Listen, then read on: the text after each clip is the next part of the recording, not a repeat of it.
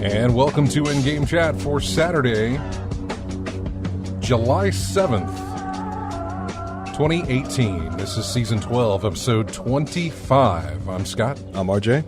And I'm Matt. Welcome to the show. Real quick, get this out of the way. Little thing here. See all the numbers and things. If you want to get in touch with us, our phone number is 334-272-9228. 334-272-9228 is the phone number. Check out InGameChat.net for all the links to get in touch with us. You can find us on Twitter at InGameChat. You can find us on Facebook as well at InGameChat. You can email us, everyone, at InGameChat. All that stuff. Go to our website. There are links to reach out to us by email, by Twitch, in a number of different ways. You can join us live in the chat room. We've already got people in the chat room chatting it up.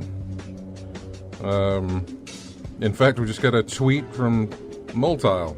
I'll be hanging out in Twitch chat and drinking with in-game chat for the next 2 hours. Come join.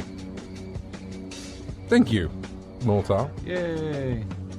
So, welcome to the show, everyone. And there is thunder going on outside the studio again, just like there was last week. Please, dear God, don't let the power go out. We got the station downstairs is now fixed, so if power does go out, it'll stay on.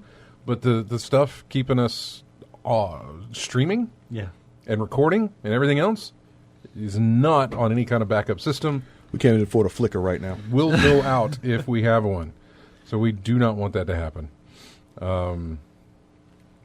And I hope it won't. Yeah. But we'll see.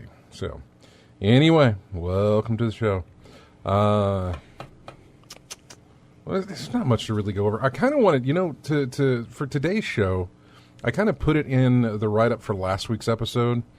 Tried to get some feedback on, like, hey, where did your obsession start? Because we were talking about, I went on a rant on pinball last week, and I started talking about, well, here's how it all started with pinball for me, blah, blah, blah. And I was kind of hoping people would send in their stories of, like, what is your memory of what hooked you into whatever it is that you've become not necessarily obsessed with, but at least, it set you on that path of being just a consumer of all things, whatever it might be. And not necessarily video game related, I suppose. I mean, it doesn't have to be like, oh, when I played my first video game, but pick something within that, What the hook for me for Uncharted was its connection to the Indiana Jones type stuff. And then that hook got even deeper into me when, I struck up the relationship with Amy. Yeah. And she basically gave me a commentary while I was playing Uncharted 2 through Facebook chat while I was playing the game. And then it sort of became that thing where I'm really interested in what they're doing and that sort of thing because of her involvement. With pinball, I can't tell you exactly what it was. I used to have a pinball machine in my house growing up. Oh, really? Which one? I wish I could tell you. It is in the basement of my aunt and uncle's house right now. Because it was originally owned by they had two pinball machines. Are they local? No, they're in Birmingham. They used to be at the time. That's local enough. Well, yeah. But let's get a truck. Let's go grab it. Bring it back. At the time, though, they used to live in Montgomery. Yeah.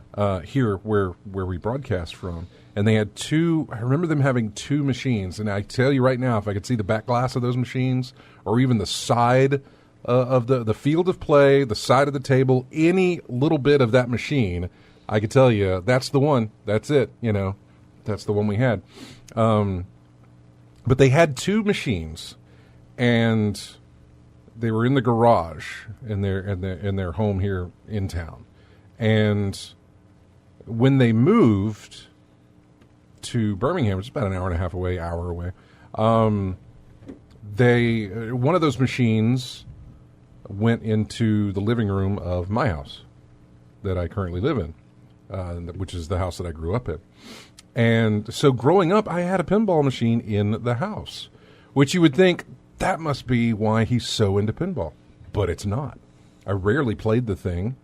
I played it every now and again, and it was great when people came over because they're like, "Hey, full pinball machine, let's play it." But basically, it was a place for me to keep all my toys under the pinball machine. Seriously, storage space. Yeah, that was storage under the pinball machine. Is where I kept the Ninja Turtle sewer headquarters, the Ghostbusters headquarters, all that stuff. Is like just push it under the pinball machine, get it out of the way. You know what's it. Yeah, and that's where I kept all my stuff. But it wasn't until a trip, and I tried to pinpoint the year this happened because we were driving. It was a family vacation. We were going to Knoxville. And on the way to Knoxville, we stopped at Helen, Georgia. Helen, Georgia. I've been to Helen, Georgia. It's a little, what is it? Germantown. Yeah. They have a Hofbräu house there. Yeah. Which, based off of the one in Munich, which I've been to, and, the food is amazing. I don't remember doing any kind of hitting restaurants or whatever. This was a stop on the way to Knoxville type of thing. It wasn't a let's hang around and do stuff in hell. It was an overnight stay. That was all.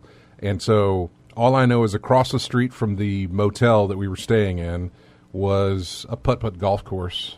Apparently there's a couple of those because I looked at Google Maps to find it. And there's a putt-putt golf course across the street from the motel.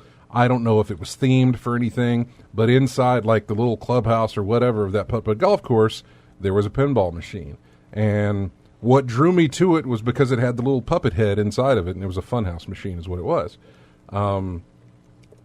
And so I was playing, I put in quarters, and I was like, I want to make that head, I want to make him talk or do whatever. What am I supposed to do to make that thing do something inside the machine? And that is where it hooked me. That is when I got hooked. I remembered the name of that table, and I looked for that table whenever we kept going into Knoxville and stuff, and I was trying to find other arcades. I wanted to find that table because I was not done. Mm-hmm. I didn't get everything done that I wanted to get done on that table, and I was like, if it's got one, I want to play it. And so that is where it hooked me. That is when I got hooked on pinball. Come to find out, the voice of that head in that machine was Ed Boon. Oh, really? Yeah. Nice. So it was a Midway machine. It was a Midway machine, yes. Because I remember watching a Mortal Kombat documentary when they talked about how they would all help each other out. Mm-hmm. So the pinball group, guys would come up, and in fact the announcer for Mortal Kombat is a pinball. He does pinball stuff. Oh, yeah. So, well, anyway, and that is where it hooked me, and so that was how that particular thing hooked me. And I was trying to figure out if anybody else had any kind of stories of how they had got hooked. Didn't get any response, as per usual. But if you guys think of anything, by all means, tell your story. But there's another. No, go ahead. So I grew up as a military kid. Mm-hmm. So parents would we moved around a lot. Growing up, between living in various states and even overseas in Germany and stuff like that. So that one of the reasons why I don't have a crazy Southern accent, even though I've lived in the South most of my life. Mm-hmm. But just because we moved around a lot, and so I didn't really have that many friends growing up. Because whenever you make friends, it's time for either them to leave or you to leave. You leave, yeah. So for me, that's why when I go to when I got addicted into an arcade, I remember it was in Little Rock, Arkansas. And when we were living there, and they had asteroids and Space Invaders, because this is late 70s, early 80s and stuff like that. Yeah. And so I remember just all right, let me just that in a way became my outlet for I guess my imagination and everything. Where I'm not just some little snot-nosed kid in Arkansas. I'm a space defender or a something else, a way to get to be beyond myself. Yeah. And so that's what started me into video games, and then as they progressed with and arcades progressed with Dragon's Lair, yeah. And seeing that kind of stuff, that was really amazing. But when parents had our first, I guess, computer, so to speak, was a Texas Instrument, and I think TI 800 maybe. I forget what the numbers were, but I had to basically play by myself, because I could bother my sister, but she was usually just annoying. So I'd sit in front of the TI, the Texas Instrument, and play around or something like that. And then my uncle had ColecoVision, and I remember the crazy pad, the numbers and everything, the gamepad, Right. all the numbers and stuff, and so that sort of like fostered that imagination in me of like being somewhere else than where you're at, and then once we got like the Nintendo NES came out, I never had a console growing up. We had an Apple IIc, then a 2GS. But like as far as like consoles, my first one was a Super Nintendo when I bought it for myself in college. But going over to a friend's house, when What year was that? In college? When you bought the Super Nintendo? 94. Okay.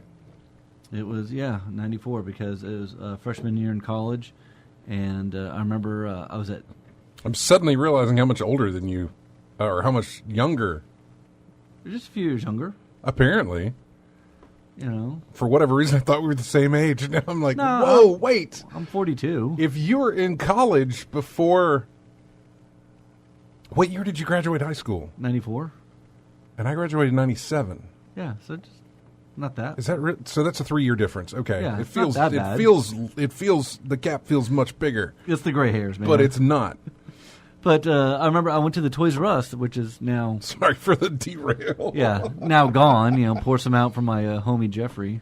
Yeah. But I remember looking in there, and I remember seeing the Chrono Trigger, and because I played Mario over at friend's house, and my cousin had one when I go visit them in California and stuff like that, and so I loved Mario, and when Mario 3 came out, I'd almost like make friends who had the NES just so that way I could play their NES kind of a thing. Mm-hmm.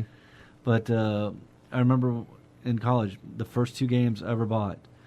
It was Chrono Trigger because it just looked fascinating.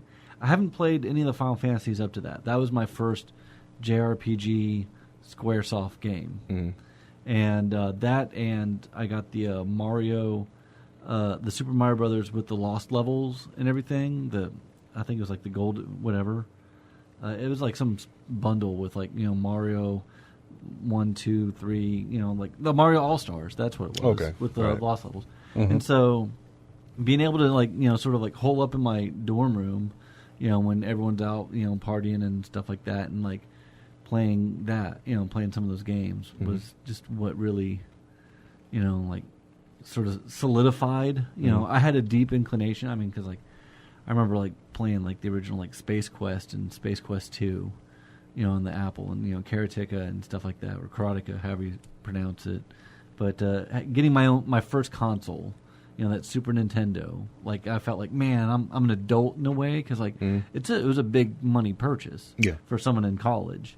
And I was like, all right, this is mine. It's not the family computer. It's not a friend's that I'm borrowing, whatever. This is like my Super NES. Mm-hmm. And so that's what really, I think, did it for me and caused my lifelong addiction to spending a lot of money on video games. Yeah. Well, I was nothing as extravagant as that. Mine started in the arcades, really. It was real Diamond for me. Gems, Lance Castle. Yeah, Lance Castle, all the places, things like that. Getting together with friends, meeting up there, playing together. The competitive aspect of it. Back in the day in the arcades, they had those little decals that they put all across the top of the marquee. Yeah. That said who had the highest score. Yeah. And whoever beats this high score, gets like a half a bag of tokens, something like that. So that motivated us to get in there and start playing. So that's where all the competitive edge for my gaming came from, doing that.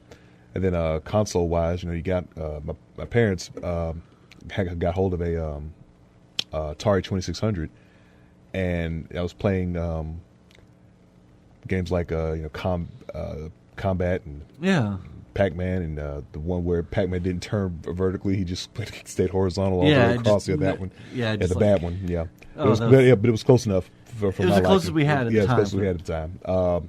Yar's Revenge. I especially loved Yar's Revenge, playing that one. Pitfall. Atari, Pitfall, and all that stuff. See how far I could go in there. The great thing about the Atari, and like, because this was before the NES, right? When I was living in Germany, like some of the neighbors and everything, they were German, obviously, because we lived in a village, a little German village, and that transcends language barrier. Mm-hmm. Because there wasn't audio other than the little beeps and chirps and whatever on the cartridge. So when I was learning how to speak German, and they knew a little bit of English, we knew how to play combat together. Mm-hmm. And so that was always a neat thing growing up, that it didn't matter what language you spoke or didn't speak, you knew how to do that. Yeah. You know how to play Pong, or so. Yeah, I played that too, Pong as well. That was a neat thing for me growing up in overseas. Mm-hmm. Yeah, it just grew from there. I love what I was doing, and if you like it, keep doing it. So I just kept playing it over and over again. As years went by, started getting into bigger systems. Reading that book, Console Wars. Yeah. Thinking about how the battle between Sega and Nintendo, and how same situation I had. A friend of mine, Chris Rivers, rest in peace, who we visited back and forth. I had the Sega consoles, he had the Nintendo consoles. And so now, did you go back all the way to the Master System, or did you start with the Genesis? Master System. Oh, wow. Yeah, Master System. I didn't know is what I many played. people the Master Systems. There's always NES. The Genesis was the first Sega console that really took off, in my opinion. Yeah, but I had the Master System when I had that. Yeah, I'm trying to remember where it is actually. Probably in my parents' storage house right now. Now I'm gonna have to look. Now that I think about it, now I'm gonna have to look for it. But yeah, that's what I had. The one with the cartridge on the top and the debit card slot in the bottom where you had the smaller games at. So we did that, so I got a feel of what Nintendo had to offer, and he got a feel of what Sega had to offer, and we just kept going off back and forth from there. And then, of course, when Sonic the Hedgehog broke, got that, had a blast doing that one, and the speed of that game really was what did everybody, blew our minds in how fast the game could go, and people were trying to have speed records, trying to get to the stage. And I think there was a contest Sega held, like who can get through Green Hill Zone the fastest, and I think the fastest was like 26 or 25 seconds or something like that. If someone could research that, correct me if I'm wrong on that, but I think that's what it was. And then Virtua Fighter came out, 3D Fighter. That was a real big step up on the Sega Saturn, which was my big, Your big major purchase, Sega Saturn. I was working at the post office and back then tax refunds was like I was at an age where you get everything back. Yeah. So I had I had enough from my tax refund to purchase the Sega Saturn, and the rest is history from there. That thing still works. So all I gotta do is keep the lithium battery switched every now and then, and I keep that thing going. I think maybe the Saturn. I was thinking like the Dreamcast for me is where it seems in my mind that the console was at par with the arcade. Because even like with the Super NES, like with the Street Fighter and the Mortal Kombat, they weren't quite as on Not par quite. with the arcade version of it. Yeah, you had I mean, it Mortal was Kombat. it was starting to get close. Yeah, Mortal Kombat comes to mind because when I think of the Genesis version and the NES, Super NES version, the Super NES version was miles better looking than that one, but the Genesis had the fatalities in it, and the blood code, blood codes in there. Did you heard? You still remember that code Dullard, for Genesis? I think so. Down, up, left. No. ARD, A right. A right. D. I thought it was Yeah. Abacab, ABACABB. It might have been. I don't know. Because that was a joke on the Phil Collins Genesis song Abacab. Was it the SNES code, or are we talking about the Sega code? Sega, the Genesis. I want to say because I remember they're like, oh my god, this is the Genesis song, ABACAB, Abacab. Yeah, but, it is. Abacab. Yeah, but It's like ABACABB. yeah, but like What was Dullard from then? I don't know. What was you say? Was it DULLARD? Where did I get that from? The Lord code. But like, I don't know. yeah, the Genesis. That is Mortal Kombat. Oh, really? For which system? This says blood code. Genesis blood code is Abacab. The Dullard menu lets you have more control over combat. Enter this code. Enter Dullard under the options section, and cheats enabled will appear. This is what each choice does. Okay, so that's more of a debug code Than just blood. than just blood. Okay. That's fascinating. That's nice. I didn't know about that one. Yeah. But to me, the Dreamcast is where they start pacing each other, where they're about equal. Well, yeah.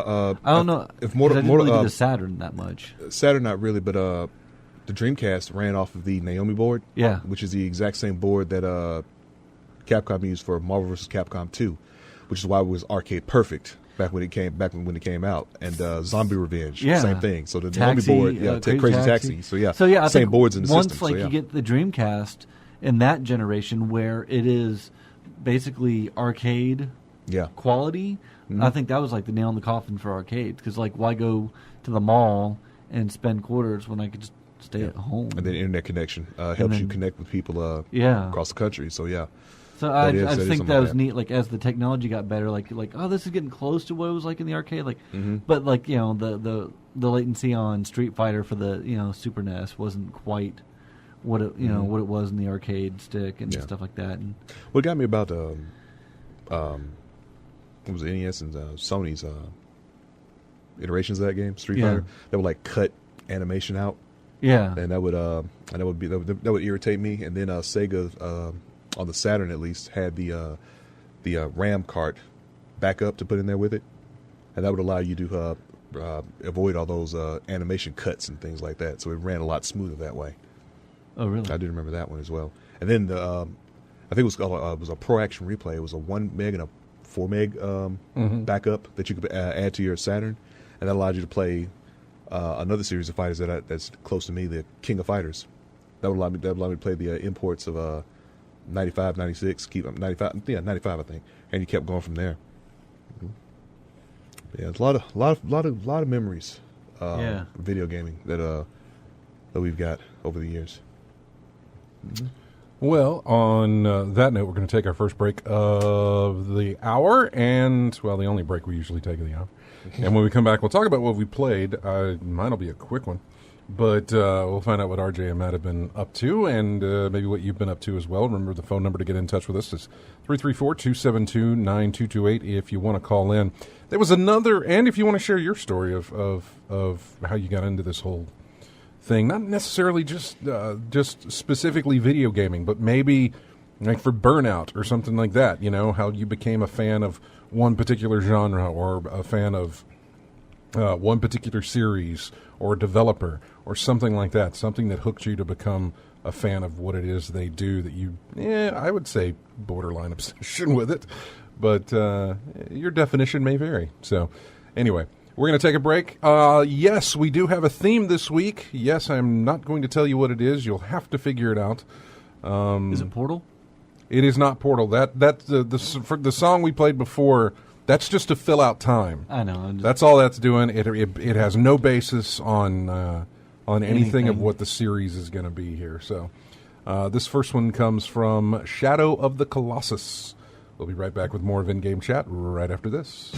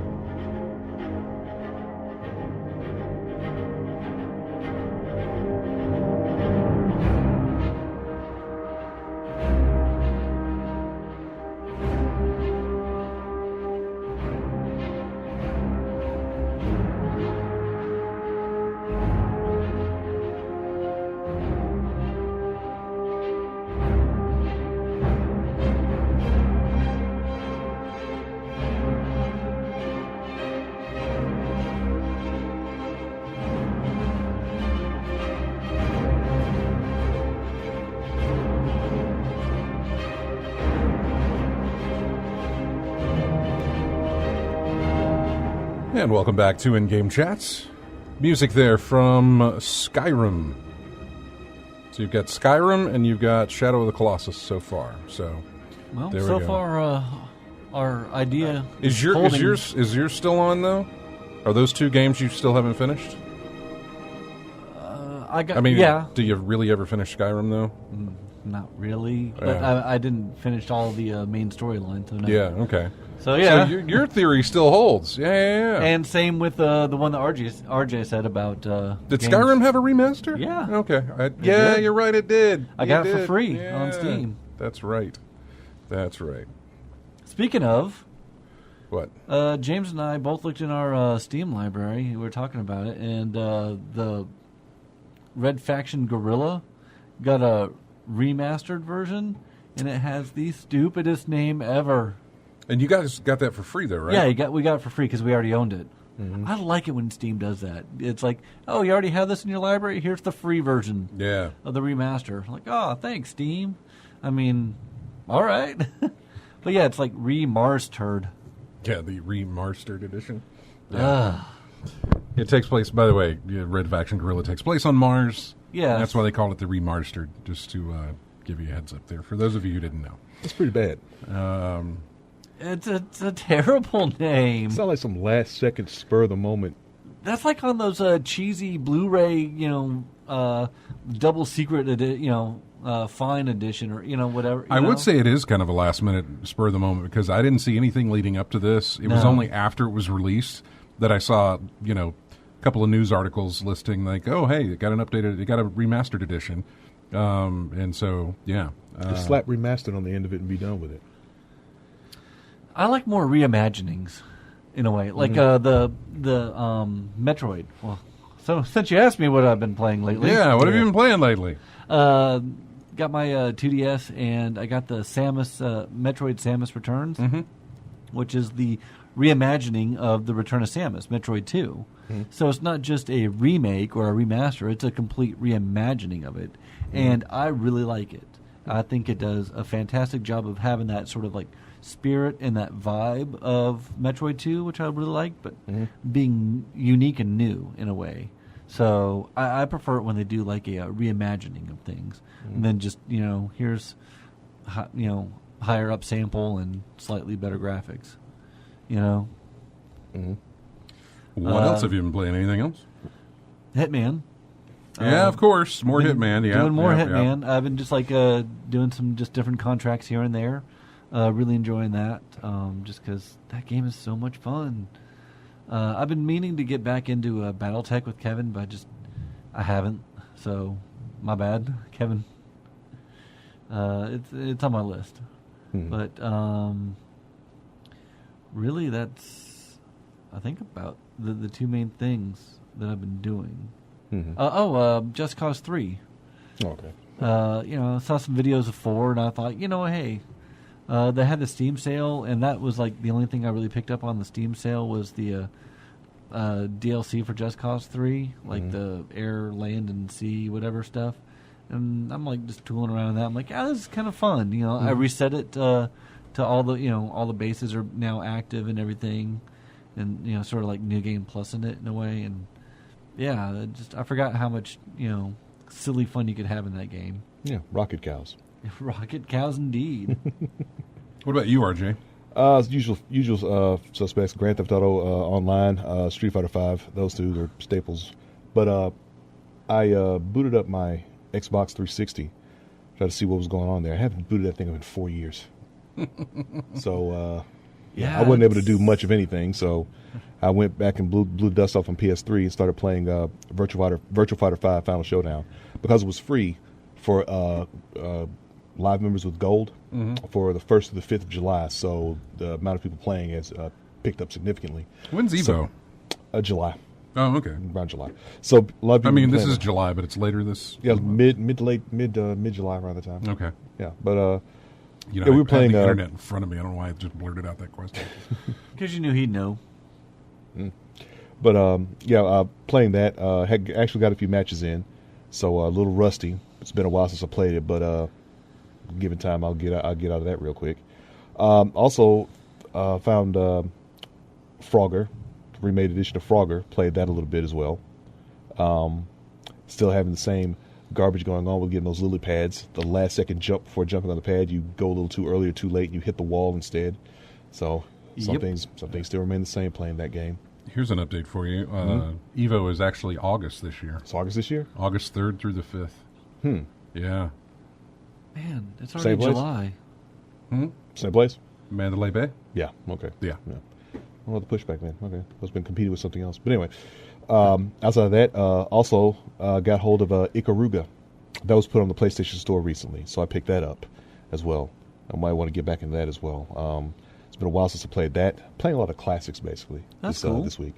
And that and Destiny 2. I've played a bit of the dailies, weeklies, things like that. There's been some changes, though, that I didn't know about, like the modifiers put on the heroic strikes. What is that? I thought I had my thing on. It says "Do not disturb." Well, somebody got through. Somebody's on the exclusive private. Gets through my. Look at that. Somebody's on the special list who gets through the "Do Not Disturb." Parents. Sure. Understand. They're out of town and they're driving back from Mount Rushmore. Well, I mean, take it if you need to, dude. No, they're No, I mean, you're. Yeah, let me call. Hey, Mom, I'm on the radio. We can call them right here. No, it's good. No, they'll let me know that they're on the road. Well, that's good. Yeah. That's a long drive. Yeah. Anyway, I was saying. Sorry. No, that's all right. For Destiny 2, I didn't know they put modifiers on the heroic strikes. I experienced one for the first time called Glass. I couldn't stand that one. Which one's Glass? You have half health, but you regenerate much quicker. Okay. So, like, 2 bullets and dead. Yeah, the one I hate is called... Your Glass. Yeah. Not Grounded, but it's the one where melees, or if you get punched by an enemy, it's pretty much an insta-kill. Mm-hmm. I mean, you can do the same thing if you can throw your punch first. Mm-hmm. It's an insta-kill for them, and I can't remember what it's called, Slugger or something like that. And we did one strike that was nothing but Thrall. And Thrall don't shoot at you; they just rush you and bum rush you and hit you. Yeah. And oh god, that was annoying to get through, but I was able to get through it. I haven't played Destiny 2 in so long. Well, they also took the timer off of the Nightfall. Mm-hmm. So Nightfall is much easier to run now. Yeah, this feels like training for a Nightfall. Now with the modifiers and stuff on there. Yeah, but I mean, you can do if you do the Prestige Nightfall, then you get some modifiers added to it. But you don't have to do the Prestige Nightfall to get the rewards for the week. Mm-hmm. You can do the regular Nightfall with just it goes by very quick because it's recommended level is 270. Yeah. And here I am pushing 380 now. Yeah. On my character. So, yeah, running the regular Nightfall, even just to get the milestone out of the way, easy. Yeah. Easy. The heroics are actually the ones that are tough now. Yeah, they're a pain. I think we had like 7 or 8 restarts. And the modifiers change daily. They don't change. They're not set per week. They change every day. Yeah, great. So you can get a better set of modifiers the next day. Yeah. Mm-hmm. Now it makes it a chore to go through, that's for sure. And also some of the weapons I noticed have, I think has changed. Like, if the hard light allows you to change the weapon type with the reload. Instead of going through it's the menu. understandable that some other weapons have changed as well. The Graviton Lance, for example. I heard it's actually useful. Well, the last time I fired a thing, I remember having 3 consecutive shots come out every time I pulled the trigger. Mm-hmm. Now I pull the trigger, it feels like it's 3 shots, but they're so quick, it feels like only 1 bullet came out. And it's just really, bullets come out very, very fast. It feels like 1 bullet's coming out, but it still has the one of those bullets hit harder than the others. Mm-hmm. And but yeah, it feels pretty useful. It feels like firing a scout rifle. It's very good. No, the Graviton Lance got better. A lot of the weapon, they did a lot of improvements on some of the exotic weapons for the Warmind campaign, whenever that released, and some of the updates they did there.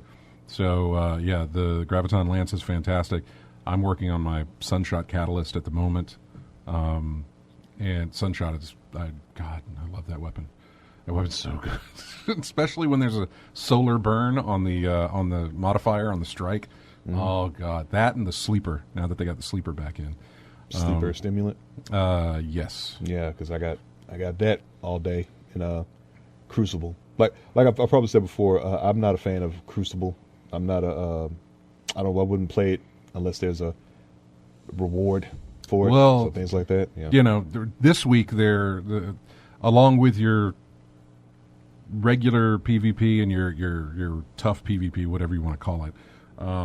Quick play and competitive. Yeah, along with your quick play and your competitive, they added Mayhem as a third option. Mayhem's just fun. Everybody's supers reload fast. Everybody's grenades reload fast. It's chaotic. The heavies reload fast. It's mass hysteria. And it's just massively, it's just really fun. It's death, over. It is, but it's also for you. You can do the death over and over. Yeah. So, yeah.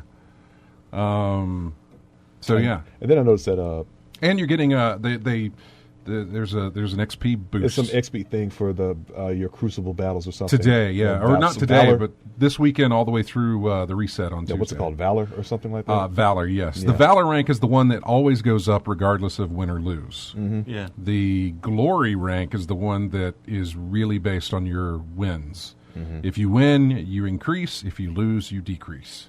So, which I don't ever play the competitive side. I only play the or the whatever it is. Quick play. The quick play stuff. Yeah. Keep it simple. Yeah. I'm just here for the rewards. One of the moments of triumph is to reach rank 5 on your Valor.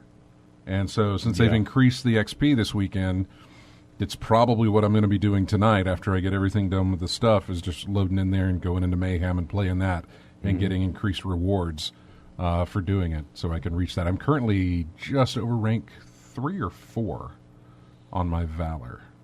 So yeah, I don't have much to go to make that happen. So anyway, keep going. Yeah, but other than that, that's pretty much that's pretty much it. I wish you were on PC playing with us, man. Wish you were on PC. Yeah. I know I can come back to it on PS4, but I am pretty much... but if I started on all your character is PC based. I'm pretty much hard into that PC now, you know, from going through, because I did Osiris, I did the entire campaign on PC.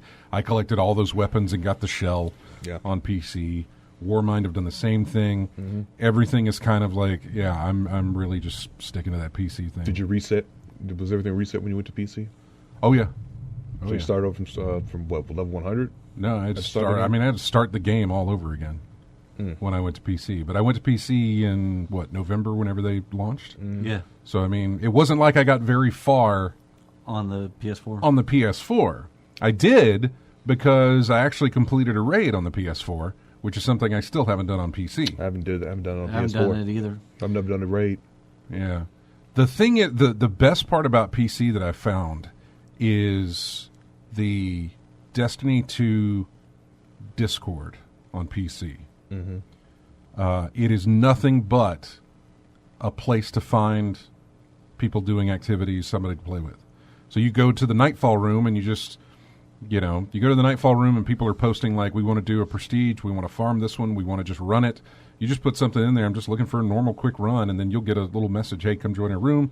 You pop in, you add them as friends, you play, you remove them as friends, and you're done, It's completely, it has helped me tremendously. And it's helped me more than it would on PS4, too, because just as much on PS4, there's not that many people doing things, perhaps when you're playing them, especially for that Escalation Protocol event.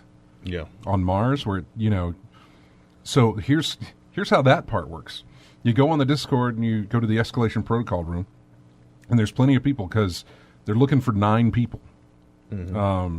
So what they'll do is we'll get on the European servers, which is something you can't do on PS4.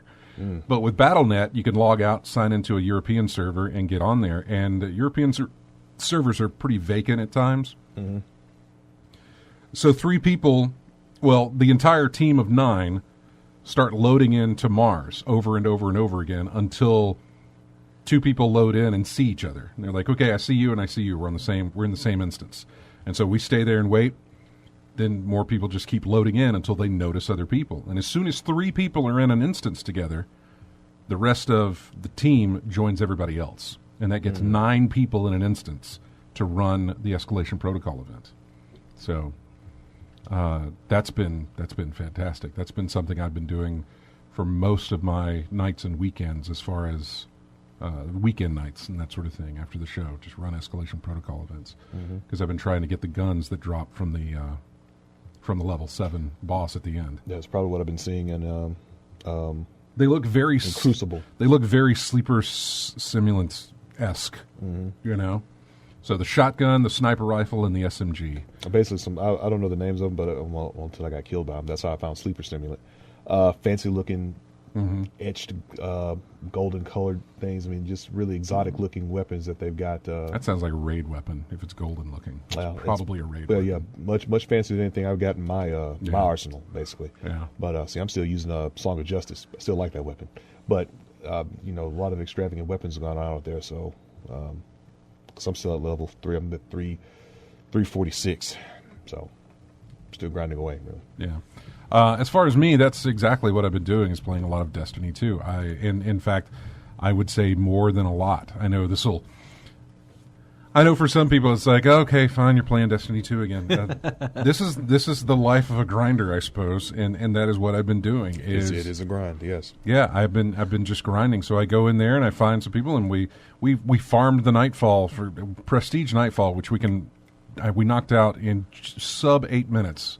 A Prestige Nightfall with me and 2 other guys, just running it over and over again. We had the solar burn going on. It was just boom, boom, boom. And then Escalation Protocol, same thing. Go through that and do all that, get the weapons.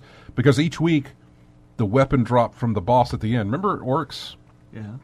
Court of Orcs? Yeah. We'd all jump in there and be like, what's the boss for this one? Yeah.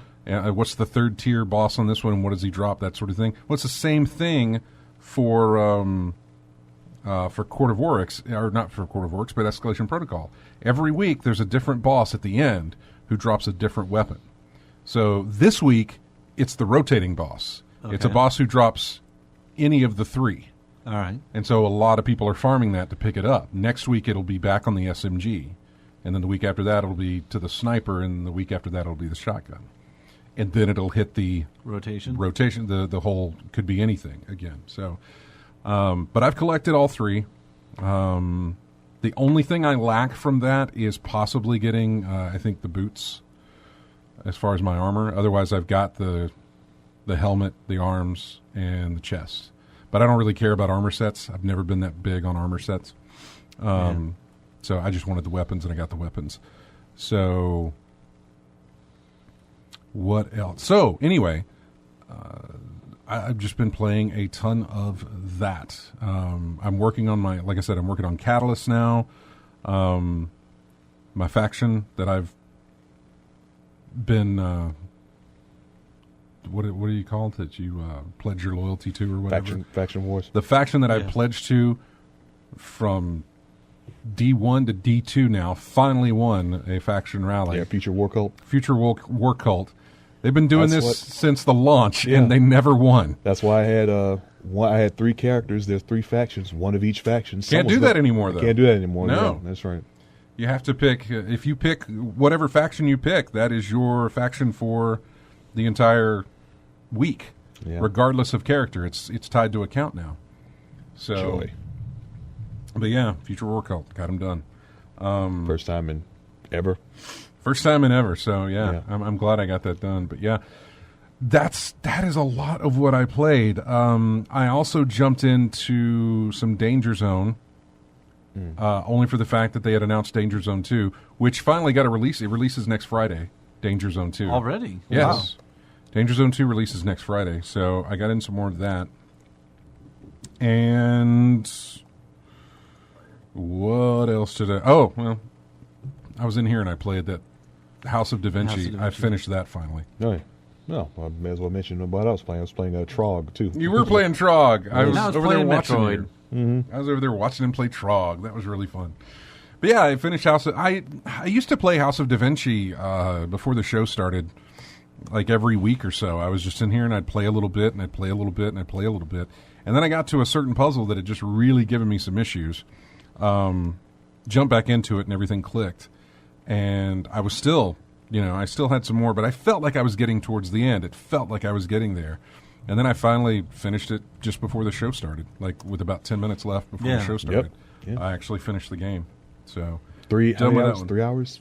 Yeah, it gives you a total time of completion. It says 3 hours and 9 minutes is how long it took me to beat it. But I can tell you this, that was over months and months of playing just a little bit at a time. Yeah. And it added up. If you took the time that I started to the time that I finished, it would be something like 3 or 4 months of playing that thing. So, You got your money's worth.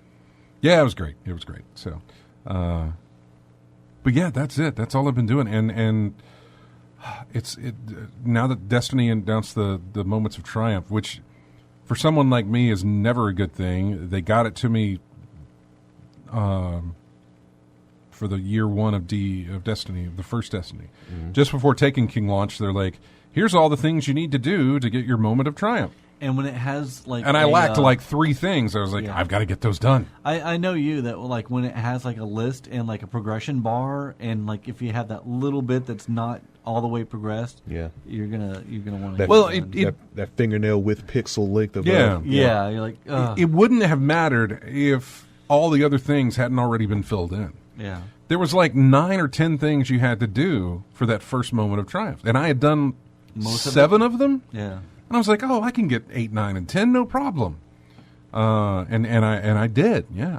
And then they did another one, and I think for Rise of Iron, I think when they did the Moments of Triumph for Rise of Iron, I looked at that and I said, there's no way I'm doing this. There's no way I'm getting this. There were some things that there was no way I could get them because you had to go back through some other stuff. And I was like, there's no way I can get that done. The amount of grind that I would have had to put in to get that, there was just no way it was happening. Yeah. So I didn't even worry with it. And then looking at this one, okay, let me go to the app because the app has a better look. Or it gives me a better idea of what's going on. All right, so I did that one. I've already collected, out of a possible 400 points, I've already collected 115 points already. Some of these you can do now. Some of these you can't do until later because they haven't announced them yet. But in the general activities, I've done all of them except one. There is 1, 2, 3, 4, 5, 6. There's 7 of those, and I've done all of them except one. So that triggers my completionist. You know, I've already done 6 of these. Might as well finish off the 7th. So what do you get if you achieve everything? Just bragging rights and a banner or something? Well, there are certain rewards for. Let's see. Remember, there's 400 points. There are 400 points total, right? Total points, right? Yeah. Right. Well, at 125 points, you can get a ghost, Okay. an exclusive ghost. At 250 points, you'll get a T-shirt. At 300 points, you get an exclusive sparrow. Okay. And then at 400 points, you get an emblem that announces it, shows off that you've completed it. Bragging rights. Yeah. I would like prefer a weapon or something. I could use there's armor. a weapon. Yeah, there's no weapon for this stuff. No. So that's in the general stuff. In the activities, there are 1, 2, 3, 4, 5. There's 7. No, there's 8 of those. In the activity, there's 8. I'm just you're showing showing this that off? I got my new Hylian Shield DS. One of those shows that it's incomplete, but it also says it'll be revealed later this summer. So I have no idea what that is. Right. Treasure Hunter, collect all the region chests. Okay. I've done 32 of 68 of those. They're not hard. They show up on the map. There's plenty of tutorials online that'll show you exactly where the things are. So that wouldn't be hard to do. Defeat 100 opponents in the Crucible.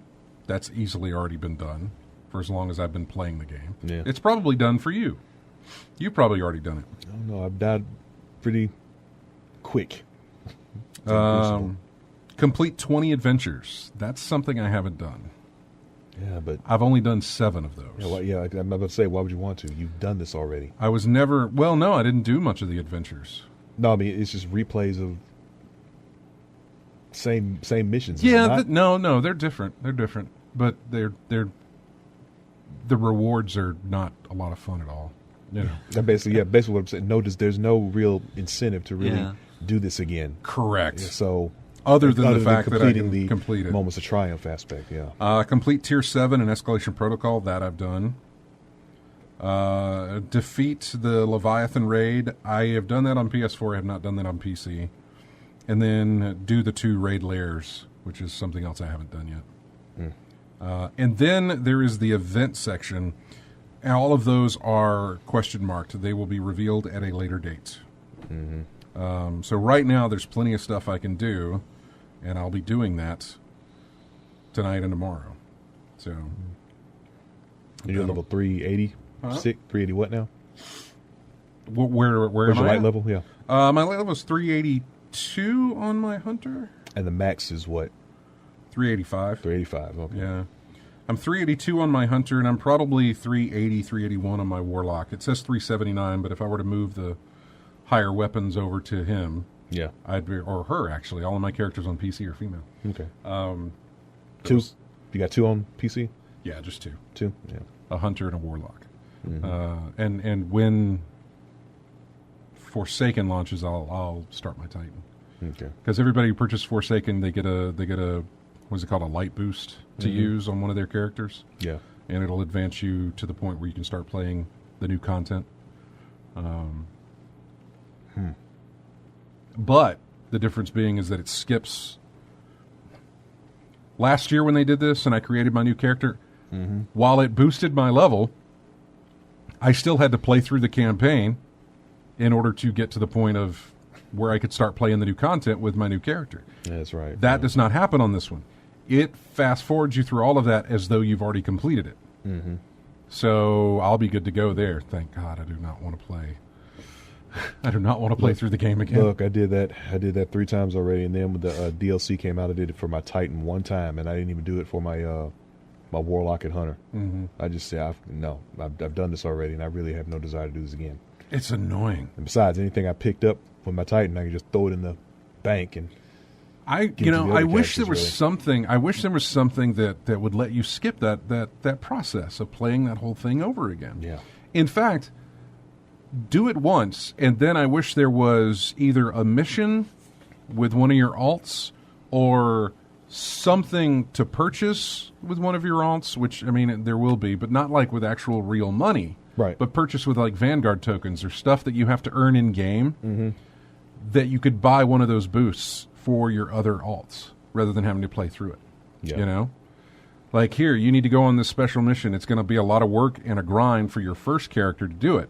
But if he does it, he gets a reward that'll boost up your second character. If you want to do it again with for your third character, you're going to have to do it again and grind. I wouldn't mind doing the grind for it just to get through, just to not have to play that stuff over again. Yeah. As a low-light Guardian thing. Ugh, don't want to do it. So, yeah. That's the plan. That's the plan for me, and that's what I've been playing. And that brings us to our next break. So, when we come back, there was a little bit of news, not much, but a little bit. So we'll cover some of that, and then there was an interesting article from PC Gamer that I'll throw out there and see what everybody's opinion is. I really haven't given much thought to it myself, so it's not like I'm not putting myself on the spot either. But anyway, we'll talk about it coming up. We're going into break. We've got music here from Witcher 3. Yep, my theme We're still holds. on yours. Yeah, Witcher 3. It has not been remastered though, so that throws out the remasters. True, it does throw out the remastered, but Yeah. oh my goodness, yeah, Ancient fantasy themes. Yeah, that still fits. That fits, and we'll see if the next one that we play when we come back from the break fits into Ancient Fantasy and also fits into Matt's games I've never completed. but I have played. Theory. Yes, exactly. Here's music from Witcher 3. We'll be back with more in-game chat right after this.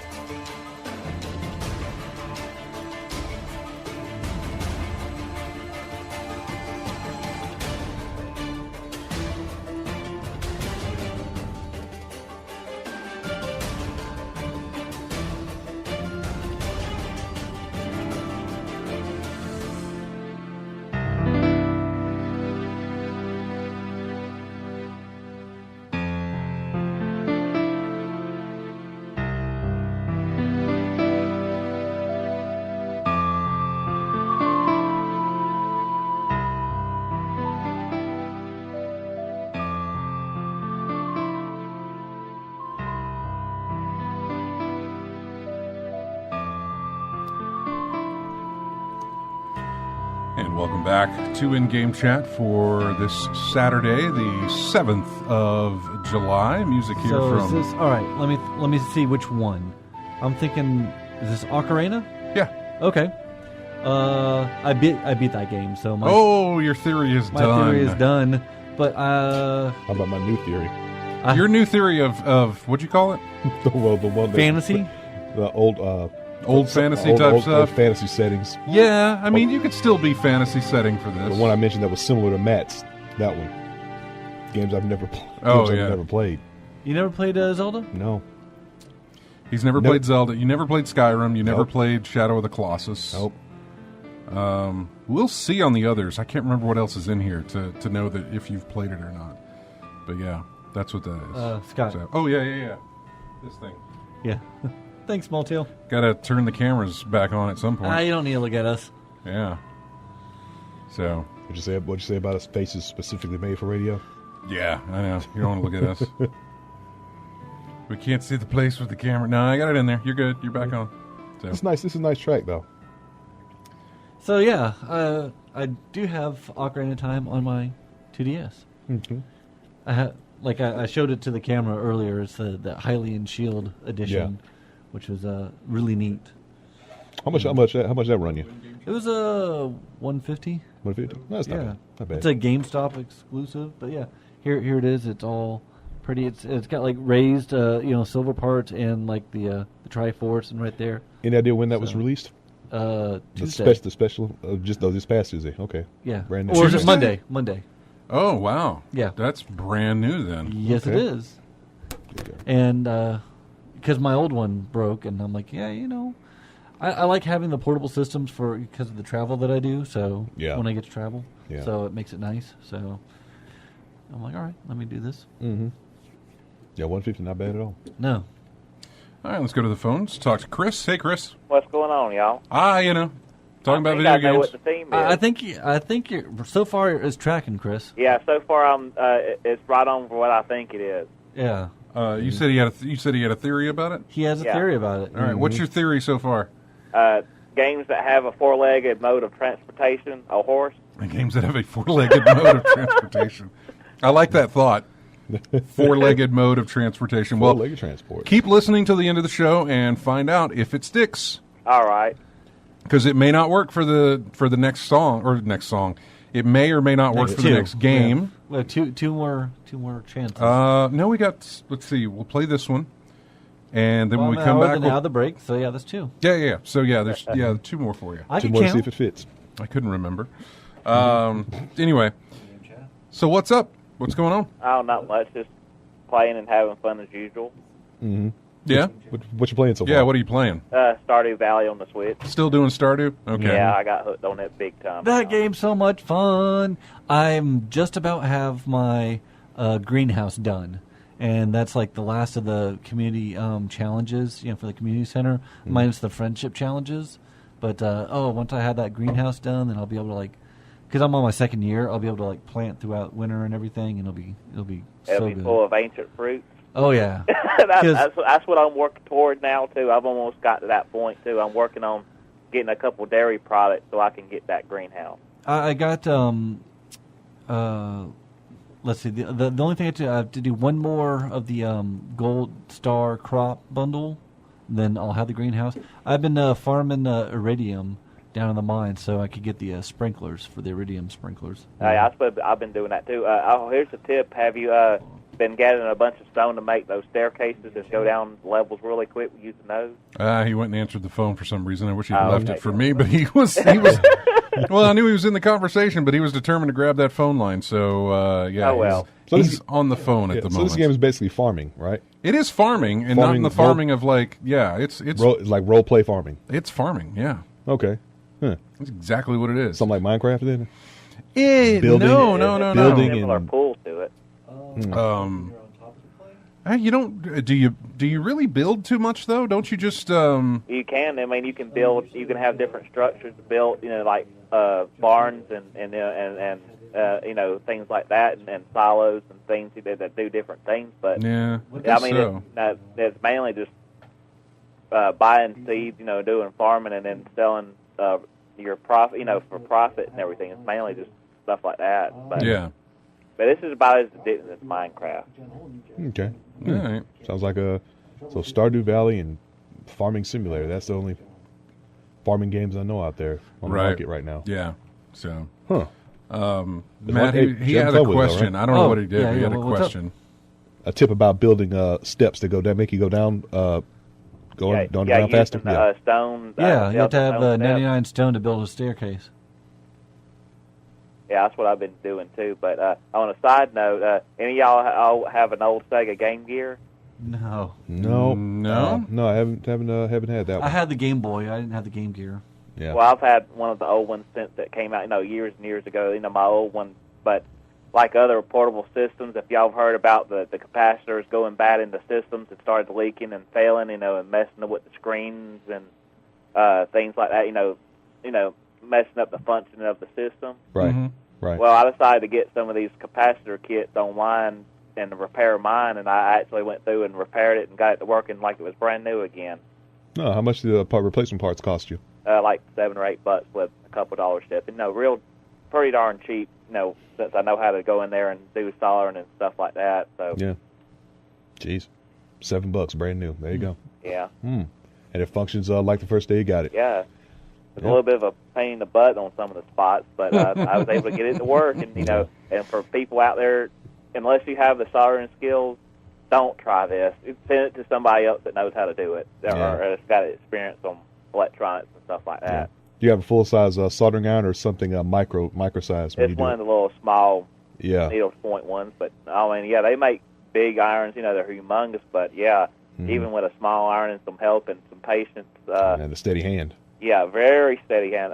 Sometimes it would be nice if you had 2 or 3 arms and one to hold a light and one to hold the component and things like that. Goro would be a natural fit for this one. Yep, that would be.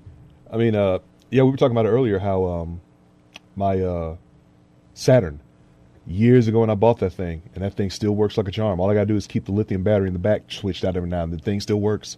Controllers, the hookups, everything still works fine. I just have to. I just know I have to change the battery when the thing asks for the date every time I turn the thing on. I'll just time to switch out the battery. But that thing still works fine. Those old systems, like all you need, just one little part switched and one little thing fixed, and there it goes, back to normal. One thing I didn't know that the Atari 2600, the game port, for the game controllers is the same port of the Genesis. So you can actually plug in a Genesis controller instead of having that really horrible Atari 2600 controller that was just terrible. You can actually use a Genesis controller on it. I didn't know that, but I remember knowing that they were the same plug. But I learned something every now and then, so that's cool. Yeah, little prongs and a little prong thing. You just switch in there and attach to it. Yeah, there you go. Okay. Well, thanks for calling, Chris. We appreciate it. All right. So y'all have a good one. Talk to you later. All right. Take care. Now. Bye. And line 2 is? Didn't get the kid's name. Sorry. He had a question about Just Cause 3. Well, then that's going to be an answer for. It's going to be an answer for you. I thought you played it, didn't you? I have played it, but you just recently were playing it. It's been a while for me. Hey, you're on in-game chat. Who's this? Gage. Gage. What's your question on Just Cause 3?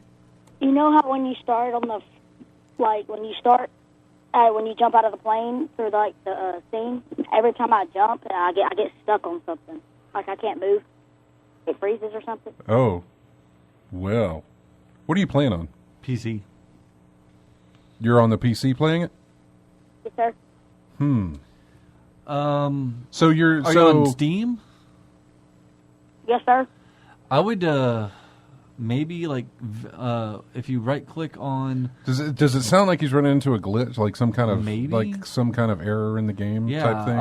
I would validate the files. If you right click on the game banner or whatever, and bring up there's a little right click menu. And this is when you just start the game. Yeah. Okay, so it's at the very beginning. So really, you haven't put much progress into the game at all, then, right? I have. Well, I've tried to, but it won't quite work.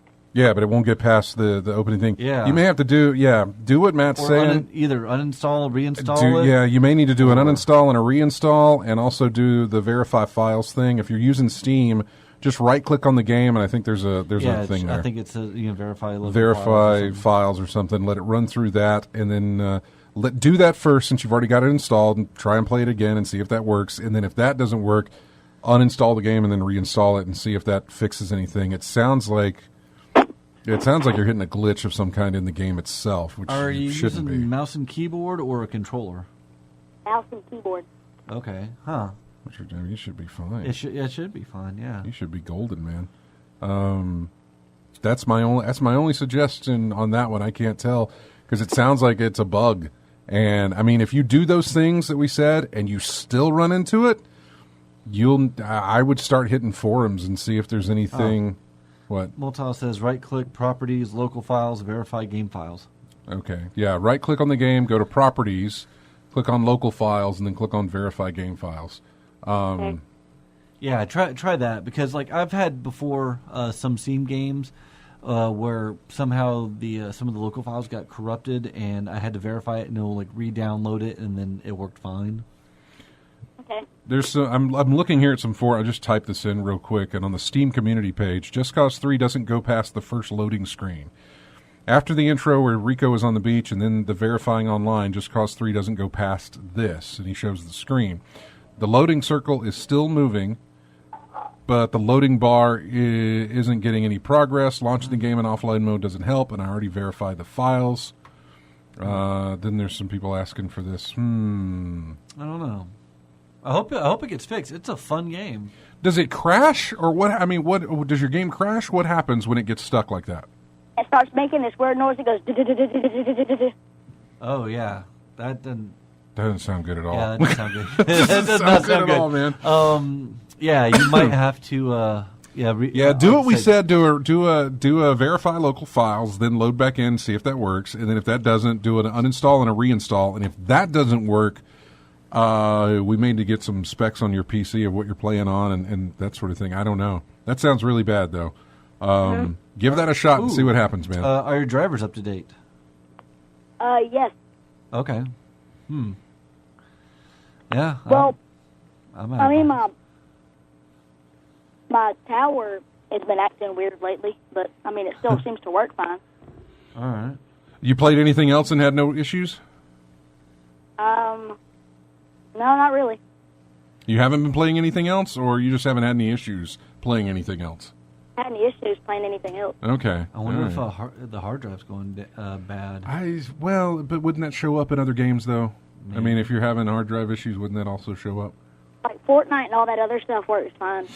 I have no idea what kind of. I have no idea what kind of strain Fortnite puts on a machine. I have no clue. And honestly, Just Cause 3 shouldn't have too much of a strain on your machine either. I really don't know what you've got or what you're running with, but. Well, my tower has a really limited space. Okay, we could be getting to something here. Space is in like hard drive space. You're running low on hard drive space. Yeah, to install stuff. It might, maybe. There's a possibility. Yeah, be a possibility where it doesn't have enough space to write, files to it. I would find, that's another thing. Like this is. It could be a number. Yeah, there's a ton of things of like try this and see if it worked. Okay, then try this and see if it worked. Okay, then try this and see. There's a number of those that we're going to be going through here. Give yourself plenty of space. Find games that you're not playing anymore or something, and delete them off the hard drive so you've got more space. Okay. That's one thing. Yeah, and especially with the sound that you're getting, it sounds like that's trying to read. I would the platter. I would start with the easiest things first. Local files. Yeah, do that other stuff first. Yeah, do that other stuff first, and then go through and try the other things. So, Okay. Yeah, but good luck to you. Call us back and let us know. I mean, I don't know if you'll be able to get it done in the time that before we get off the air, but next weekend, call us back and let us know how that worked. Okay. Well, thanks, Gage. All right, Gage. Thanks. Bye. Bye. Hope that helps. Yeah. Can't be too certain, but yeah. Anyway, I don't know where I was going to go next. Maybe just hit some new stuff real quick since we've got a few more minutes before we hit the top of not the top, but the bottom of the hour here. Summer Games Done Quick raised about a little over $2 million for Doctors Without Borders. That was fantastic. There was a nice They did a nice Mario Maker speed run, but it was competitive. So there were levels that neither team had ever seen in their life before, and they were running through it. And that was fun to see and to watch them play and compete against each other. That is on YouTube if you want to watch it. It's about an hour long. Should be entertaining. But it was very fun to watch. Fallout 76 will not have crossplay because this is according to Todd Howard. Sony is not as helpful as everyone would like. Here's the thing with this. Like, I realize it's easy and fun to dig on Sony right now for not letting crossplay happen. That is an easy... Low-bearing food. That's a cheap pop. You know what I'm saying? It's like when music acts it would be in your hometown and they'd say, "Hometown, are you ready to rock?" It's a cheap pop. Funny when they get the wrong town, though. Right? Yeah, exactly. That's all it is. I think about that Simpsons episode, Spinal Tap, and nobody rocks like, and he looks down at his guitar, Springfield. Exactly. Yeah. It's a cheap pop. So I get it that calling out. I'm not saying you shouldn't do it though. Yeah, but because it is kind of, it's horrible that they're not allowing this. But what Howard is saying, when asked if the upcoming Fallout title won't feature cross-platform play, he said, "We would love to have that, but currently this isn't possible."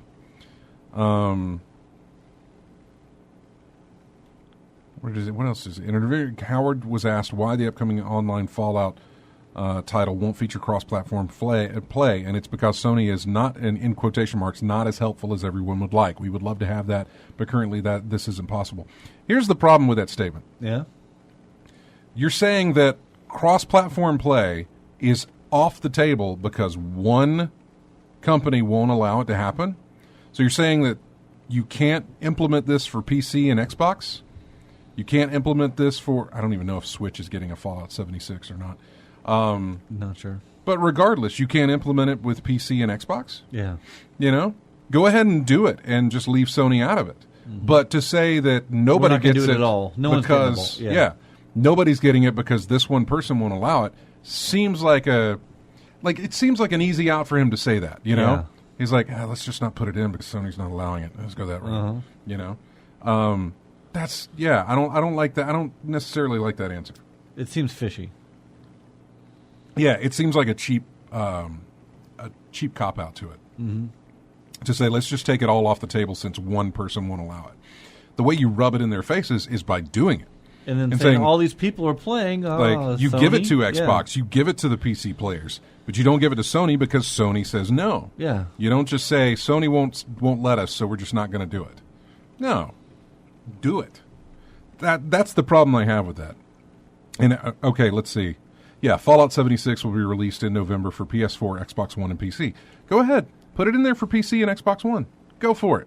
Yeah. And then say, hey, we can't do it on Sony because Sony says no. Rather than saying we can't do it at all. I'm still not feeling that game.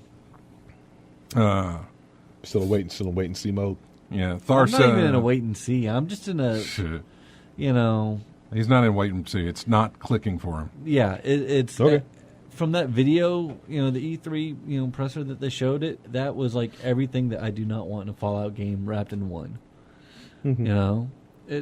And I need to learn when to just let things go that I've liked before, like the Dead Rising series, right? Okay. The zombies and the the mall, and the first one was really a really fun game. The second one, oh wow, you're in sort of like a Vegas city kind of thing. That was really fun. I tried 3, and I'm just like, it's gotten so far from what I enjoyed about the first one that I'm just like, I'm not really enjoying this, and I have no interest in 4, So I'm like, I just need to learn to let things go. Yeah. I still have my original ones that I could play, and I can still go back to New Vegas anytime I want. And if they ever decide to go back to the basics, as they say, then they'll get your interest again. I know you enjoyed the fort building in 4. You seem to enjoy it. Building stuff and getting homes for the settlements. I did was a lot of fun for me. I tried that. I didn't like it. I didn't do any of it. I'm like, no, you guys don't get any settlements. I don't want to do that. That's not for me. That was not why I enjoy Fallout. Yeah, the focus really was for like one or two places, but like I didn't have that same feeling for all the other areas that you could build settlements for. Yeah, You know, that's a lot. First of all, that's a lot of resources that you got to go out and get to do that. Unless you put the mods in there, which was a boon later on. even the mods for the guns and everything, that was still kind of like having to collect all every little scrap piece of plastic or copper wire or whatever so you could do the mods for the the armor and the gun. Even that was starting to borderline annoying for me. The grind just burnt out on the ground in that game. Yeah. Yeah. I mean, I really like what Obsidian did as opposed to what Bethesda does with Fallout. So I don't want to play with other people in Fallout because I don't like other people, apparently, in video games. They annoy me. Well, Fallout is a story. Yeah. It's a story game, and it's you against the wasteland. Yeah. Basically, so to speak. And The interacting lone with the folks. wanderer. Yeah, lone wanderer, yeah. Ever since like the very first one crawling out of Vault 13, I don't know. It's just this 76 just doesn't seem to have anything that I want. So, Well, yeah. Anyway, I'm not buying the crossplay thing. Thar66 says Sony will fold on this and do it. I would say next big game that wants this, like Fallout 76, would be a great time. Drunk Degenerates, wasn't Sony asking for crossplay last generation? I want to say that they were on something. I can't remember what. They were asking for it, and Xbox was the holdout. yeah, And then I remember that. Xbox got it, and now Sony was the holdout. It's like whoever's in charge for that generation Who's running the generation is the one who's got a holding on the card, so... is the one who won't let it happen, you Yeah. know? But the problem here is that Microsoft have already shown that they are willing to work with Nintendo, they are willing to work with PC, and they're probably willing to work with Sony to make that happen, to make crossplay happen. So should they become top dog next generation or whatever, should they become top dog, there's no way for them to suddenly revoke it without really, I mean, there's a way they can do it. But without having I want to egg ask on this, their I don't face. know if we're going to have the time to go into it, really. What? But what does a company have to give up to allow crossplay on Nothing. Nothing, really? There's no access No, and nothing? because when Fortnite launched, it originally launched with crossplay between Sony and Microsoft. I'm It was a mistake, Yeah. and they turned it off. Yeah, that's right. But it really takes nothing at all for that Yeah, to happen. because I'm thinking, what do you have to lose or give up to get that to make that happen? Are you losing profit or something? For Sony, it would be for Sony. It means that if your friend's already playing Fortnite on PS4 and you're playing on Xbox or Nintendo or something like that, right. then if you want to play with your friends, you've got to buy a PS4. So for them to let that go means that that means somebody's not buying a PS4 to play the game on. Okay. And that's why they're not letting that go. So for any kind of cross-play, they're saying that if you want to play with your friends who are already on... See, PS4 is the dominating console for this generation. So... That's why we're not playing with Sarah on Destiny, because she was on a different system when... she had to get a PS4 to play Yeah. with it. Yeah. So exactly, that's the point, that they're losing... that they would be losing... It's a money Revenue. issue. Yeah, it's a money issue. That's all it is. But it's also stupid. So anyway, we're going to take a break. When we come back, I do want to talk about that Anthem video. Did you get any of you guys watch that? Not yet. E3, EA released the demo from E3 for Anthem. It's about 20 minutes long, and it's a full play. It's not this cut-up thing. It's something I wish they had shown. Obviously, it's 20 minutes long, so they couldn't show all of it, but it's something I wish they had shown at their E3 event rather than letting people who went to the booth and get to play it or watch the video or whatever the case. So I do want to talk about that when it comes up in the next one. What else do we have? We got a few other things. There's really not a lot in the news realm. When we come back, we'll have all of that and more. Let's go to break here. We're going into music from Metal Gear Solid 5. We'll be back with more in-game chat right Which after you this. can ride a four-legged creature in. That works. What about game you finished? Wait, we're No. off that. We're off that, aren't we? We with Zelda beat that. Had you picked a new one? You hadn't picked the new one. He picked Medieval Fantasy, which this one now throws that out the window. I did not beat 5. I got far enough into it, and the story got so stupid that I stopped doing the story. Didn't it? Oh my gosh, it was terrible. And Like, even by Kojima standards, this was like, ugh. I bought the game. I haven't started it yet, though. The gameplay is so much fun. The story is terrible. Yeah. We'll be right back with more in-game chat right after this.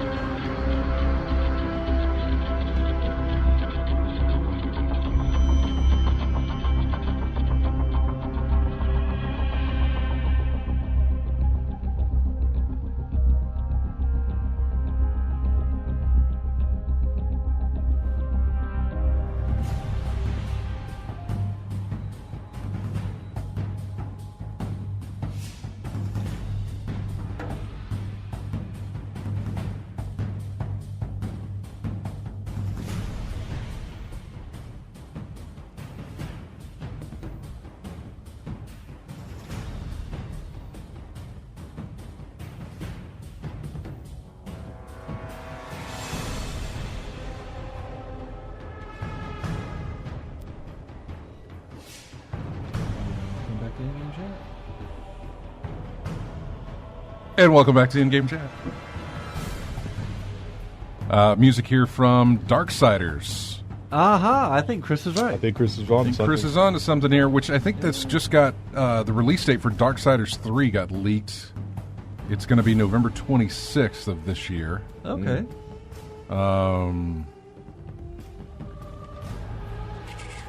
Okay. Interesting.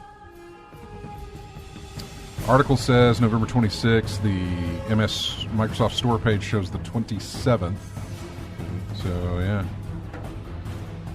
Oh, yeah. A lot of stuff coming up that I got to get start getting ready for myself, yeah. Yeah. That was a great conversation going on in the chat room there about this whole Sony thing. Yeah. I doubt crossplay where gamers are. Look, I get it. I mean, people buy PS5. I don't. I got both, but if I were to, we get people all the time asking, "Hey, what's the console I should get?" And it's never about power. It's never about which one has the teraflops. Yeah. It's never about the whatever, specs. It's always about what games do you want to play. It's always been about the games, man. No matter how pretty a console looks on paper or whatever, if you ain't got the library for it, what's the point? Yeah, Sony's exclusives completely knock Microsoft's out of the water. Yeah. Currently, they did just buy a bunch of studios. And also the PlayStation Plus. I went ahead and downloaded the Heavy Rain and this month stuff. Yep. And, Same here. Having that and library of games. I didn't download it, but it's nice to always have it available at any time I want. So yeah. Yeah. No, I mean, so I'll go with you on that. Is that Sony does provide a lot of exclusive. Now, if you're still if what you like to play doesn't fall under those exclusives. If you like, certain racing games or sports titles or things like that. Yeah. Even sports titles, depending on what it is, you might be more inclined to go for Sony because I think they own the baseball. MLB The Show. They own MLB baseball, right. so they've got that in their pocket as well. So there's a lot of reasons to push somebody towards getting a PlayStation 4. Ones that and crossplay was never a. It's very strange, but crossplay was never a checkbox on my list of things of does this console have so that I can play. Right. Crossplay was never that. Backwards compatibility was barely that until just this generation when it said, can I play all these games that I've already bought for these systems on my new system? And I could tell you that yes on Microsoft, but no on Sony. Did that matter? Not really. Yeah. Not an issue for me because You kept your systems? I kept my systems and they still work. So that backwards compatibility wasn't really an issue for me. Yeah. But I can see this going into the next generation. I can see this going into to the newer consoles when they come out where, if this holds through to the next E3, I feel like you'll be getting a lot of those tagged on to the end of game reveals. A developer will come out and say, yeah, we've been working hard on this title, blah, blah, blah. Oh, and by the way, you can cross-play this with everybody on a Nintendo Switch or a PC or whatever the other platforms will be. I feel like that'll be something that a lot of them hit hard on, especially if Sony hasn't given into this. If Sony doesn't break on this stance, I feel like a big push will be that, hey, you can cross-play with us on these systems. So get this game that's not exclusive, get it on our system so you can play with other people on other systems. Yeah. And you won't be limited to just that audience. So I don't know if it will or not. I feel like it will just for how much people are knocking this thing on the head with every chance they get, pointing out that Sony won't let you do it. But we'll see if that falls into it exclusive. Then. Yeah, I know. Anthem is one that, man, that would be nice to have where you could cross-play on. They haven't mentioned anything like that. But there's a 20-minute video on YouTube of Anthem gameplay, and it's straight gameplay. It's not cut up between things. It's you watching 20 minutes of gameplay. They don't go into like mini menus, so I can see how you add some of the equipment that you pick up or how this. They don't go into any of that. It's just straight gameplay, and they talk a lot about it. It didn't really push me into picking it up, but it did make me feel better about it from when I watched it at E3, from what they showed at E3. Looking at it after watching a 20-minute video of it, I was like, okay, this is better. Thank you for showing this. Because now I understand, at least I understand how movement works. I understand, some of the aspects of the shooting, how a mission structure is laid out. Yeah. I can kind of see how this works. I can see how when you get joined by an extra player, how that all folds in. I can see the different classes and how they're doing their things to make them happen. So it was a lot better at showing off the game than what they showed at E3. So basically, let you know what you're getting into. Yeah, I enjoyed that a whole lot. So yeah, I hope we get to see more of that and they show off more, and I think they will. I'm hoping it'll be at PAX. Because this will be, it comes out in February, so they could show up at PAX South. Who's making Anthem? EA. Yeah. Okay. It's Bethesda? No, I'm sorry. Is it BioWare? BioWare. Is it BioWare? It's not BioWare, is it? Let me check. Oh God, is it I think it is BioWare. It's BioWare. Yeah. It is Okay. BioWare. Yeah. I don't know why I was thinking it wasn't, but yeah, it's BioWare. BioWare EA on the Frostbite 3 engine. Yeah, Jack Kraft says, or Gamescom. Yeah, I understand. I'm just talking about the ones that I'll be going to, so that I can get my hands on it and play it. So yeah, I will be at. I'll be at PAX South and PAX West. So PAX West here coming up in Labor Day weekend, and then PAX South, which they haven't announced dates for, but it's usually sometime in January. So yeah, hopefully I'll get. But by January, I should have already made up my mind at that point, since the game releases in February. Yeah. I'm hoping by that point we'll have You'll seen. know we'll have seen plenty of about it. stuff. Maybe they throw out a demo, which would be nice, or a beta. Do they really do demos? much Not anymore? demos, but betas. Yeah. Which are basically glorified demos. Yeah. Betas are not what betas used to be anymore. They are just thrown out there as advertisements for the game. So we'll see how that goes. Look that up if you guys get it. If you guys were interested, if you had an interest in Anthem, but the E3 showing gave you a lukewarm feeling on it, watch the video.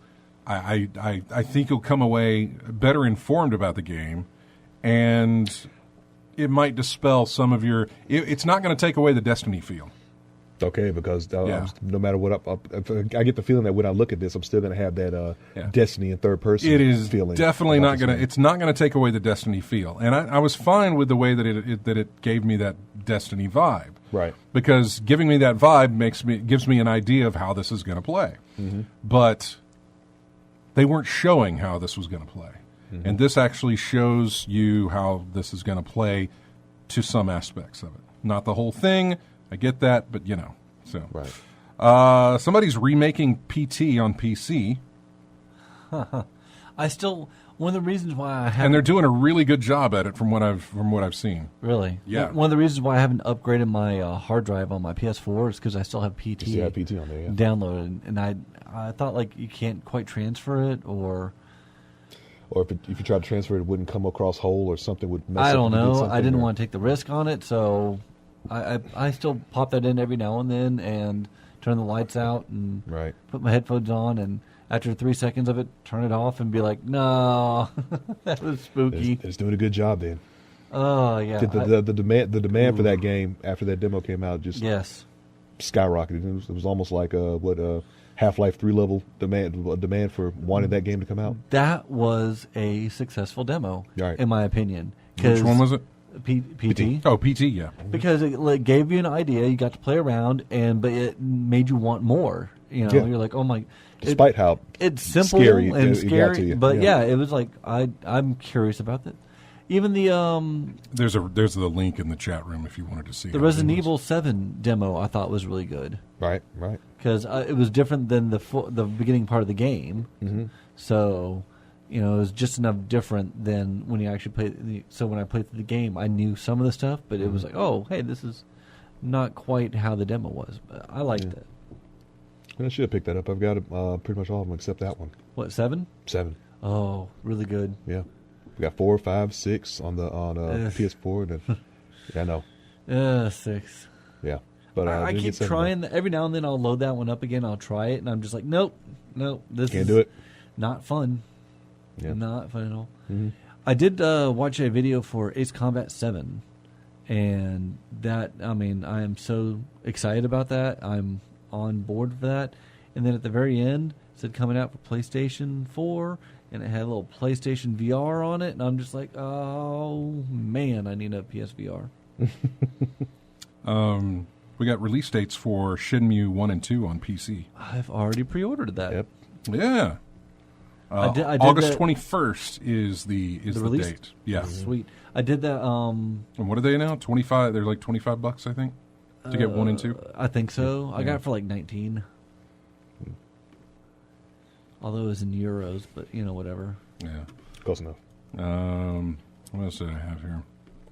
Oh yeah.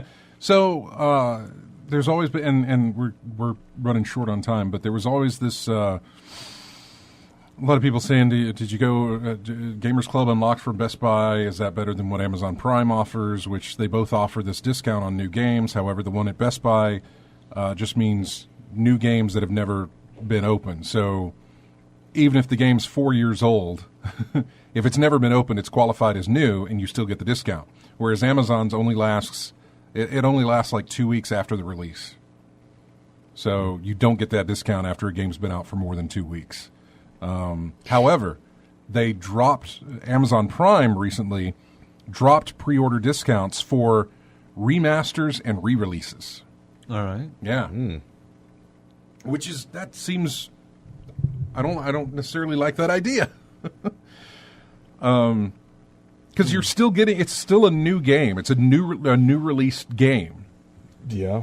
So, like, Shadow of the Colossus Remastered would not have gotten a discount because it is a remastered title. The Uncharted remastered series would not have gotten a discount because it's a remastered title. I don't necessarily agree with it. They are new releases. So they want a new IP? This is what I guess it's. Yeah, I guess that's what. Well, not necessarily new IP because it could be a sequel. You know. Okay. So the sequel to Hitman will still have the Prime discount applied to it. Okay. But remasters and re-releases, which I'm not sure what re-releases. What have we had that are re-releases? You know. I could just Mario Kart 8 Deluxe, maybe. That's not really a remaster. Yeah. But I don't know. Does that count as a new? I don't know if that counts as a new game or not. Sounds like an update. Yeah, I'm not. Yeah, I don't know. I don't know what falls under that. What would count as a re-release? But I guess they're putting that in there to CYA. That sounds like that sounds like the batch ran out. Yeah, and then we had a re-release on a later date. The restock, I guess. I don't know. I don't think I've heard that term before. With a re-release for a video game, right? For a video game, no. Yeah. Let me open this up and see what it says. I made good use of Amazon Prime's 20% off discount for video game pre-orders over the year. $60 feels too steep, but when the game in question listed for $48 with the Prime discount, there you go. Amazon has added re-releases and remasters to the list of ineligible games for 20% off when you pre-order. The pre-order savings does not apply to certain video game products, such as Toys to Life, which is pretty much all but dead, collector's editions, re-releases, remasters, and product bundles, including but not limited to console game bundles and accessory bundles. Such upcoming games that should be excluded, like Shenmue 1 and 2, still offer Prime savings, so we'll have to see how this pans out in practice. Shenmue 1 and 2, aren't those remastered? Yeah. Mm-hmm. So they're not re-released. But they're remastered, but right now you can still get them with the Prime discount. So I guess it hasn't completely gone through everything yet. But yeah, so just trying to see what would be counted as a re-release. Crash Bandicoot was a remaster. Last of Us was just called remastered. It's called remastered, yeah. So I don't know. The Ace Attorney series, they originally came out on the Game Boy, but they were re-released on the DS. They weren't remastered. Now that's a thing. Like Warframe was Warframe's free. I don't know. I'm guessing here. What's Wolf 2 for PC is now getting a release on Switch. Okay. So I wonder if that is a re-release. I wonder if that counts as a re-release. Since it's on a new console. I don't know. That's a good. I don't know. I don't even know if any of this will work out anyway. Marketing people that don't know what they're talking about. We got to go. I want to thank everybody for joining us in the chat room, as well as everybody listening on the stream and on the radio. Thanks to everybody who gets us each week from iTunes or however you get our show for later use.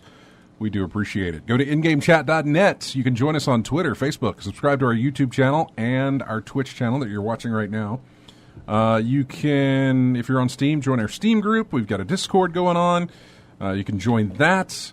We got a group on PS4. We've got a group on Xbox One. We're all over the place. So thanks, everybody, as always, for showing up in the chat room, and thanks to all of our callers as well.